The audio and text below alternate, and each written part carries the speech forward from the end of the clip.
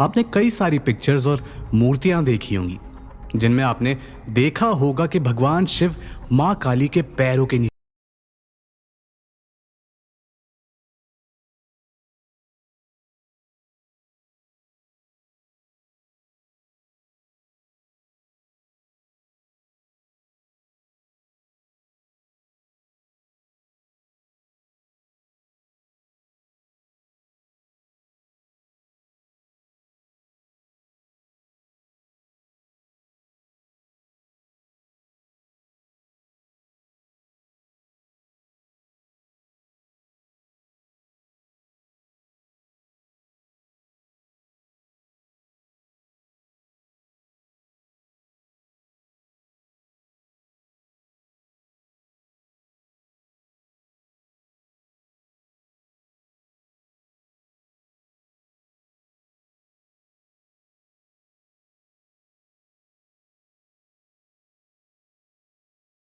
उनके इस भयानक रूप को देखकर मानो काल भी डर से कांपने लगे।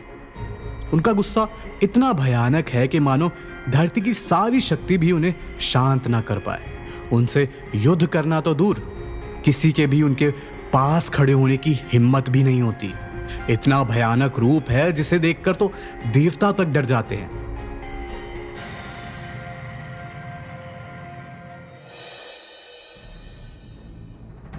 ये तो बात हो गई मां काली के रूप की।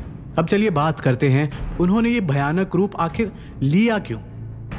दरअसल रक्त बीज नाम का एक दैत्य था जिसे वरदान मिला हुआ था कि कोई भी राक्षस, पुरुष, देव, असुर, यक्ष, गंधर्व कोई भी उसे नहीं मार पाएगा। और अगर उसके खून का एक भी कतरा जमीन पर पड़ा तो सैकड़ों नए रक्त बीज जन्म ले लेंगे। कहा जाता है कि जब ये वरदान उसको मिला था तो वो अहंकार या कहूं घमंड से भर गया था। लोगों को मारना शुरू कर दिया था, देवताओं को बंदी बनाना शुरू कर दिया था। चारों तरफ हाहाकार शुरू हो गया था। यहां तक कि उसने देवराज इंद्र को धमकाया भी कि अगर स्वर्ग लोक तुमने नहीं छोड़ा तो मैं देवताओं से युद्ध करके उन्हें परास्त कर दूंगा। रक्त बीज की शक्ति से देवता भी भयभीत हो गए थे। भयभीत हो गए या कहूं घबरा गए थे। स्वर्गलोक हार जाने के बाद सभी देवता मां दुर्गा की शरण में गए और मां दुर्गा से मदद की गुहार लगाने लगे। तब मां दुर्गा ने देवताओं को आश्वासन दिया कि जल्द ही रक्त बीज का अंत हो जाएगा। मां दुर्गा रक्त बीज से युद्ध करने पहुंच गई, पर वो भी हैरान रह गई क्योंकि जैसे ही वो रक्त बीज पर हमला करती तो उस दैत्य के खून का कतरा जमीन पर गिर जाता, जिसके बाद सैकड़ों रक्त बीज पैदा हो जाते। मां दुर्गा को समझ आ गया कि अब इस दैत्य का अंत केवल मां काली ही कर सकती है। मां दुर्गा बिना देर किए भगवान शिव और माता पार्वती के पास पहुंचती है, जहां पर वो माता पार्वती और भगवान शिव को रक्त बीज की क्रूरता या कहूं कठोरता के बारे में बताती है और साथ ही रक्त बीज के वरदान के बारे में भी बताती है कि जब भी उसका खून धरती पर गिरता है तो सैकड़ों रक्त बीज पैदा हो जाते हैं और अगर कोई उसे मार सकता है तो वो केवल देवी है।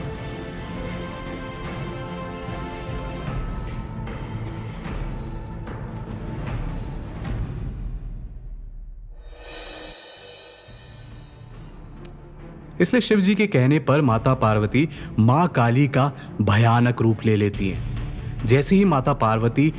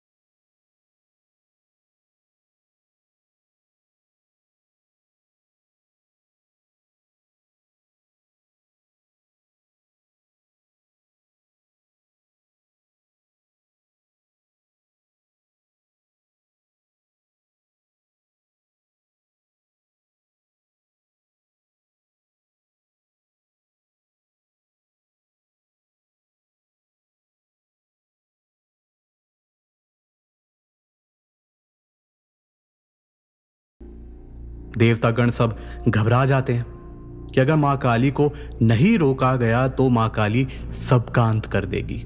तो सभी देवता शिव जी के पास पहुंचते